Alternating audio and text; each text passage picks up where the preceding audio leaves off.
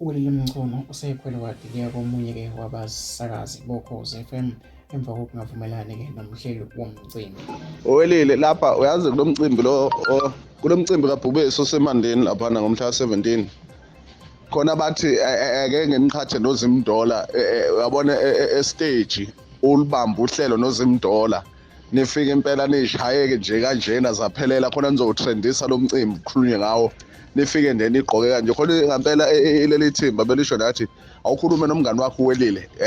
befike nje emandeni nizobamba uhlelo noZimdollar ngomhla ka-17 nigqoke nje kanjena nje nozimiphi. Ngihlanyele hawu ngihamba ngigqoka kanje ngiyakangisa mina angiyakangisa lokho hawu uyahlanya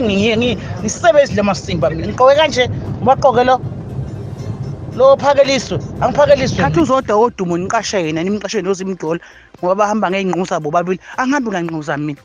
thola uzodwa odumo thatha uZimdollar nihambe begqoke kanje bophatha uhlelo mina ungikhiphe lapho mfowethu angiyena uphakeliswe mina wophakeliswe lapho ushuni wabo lo akusiushuni wami lo angihlanyeli wena.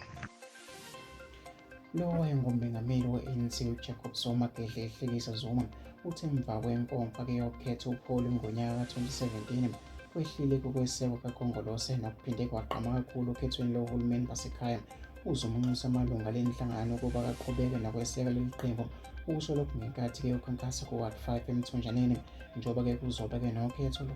lokuchibiyela ngomhla ka-30 kuLwezi.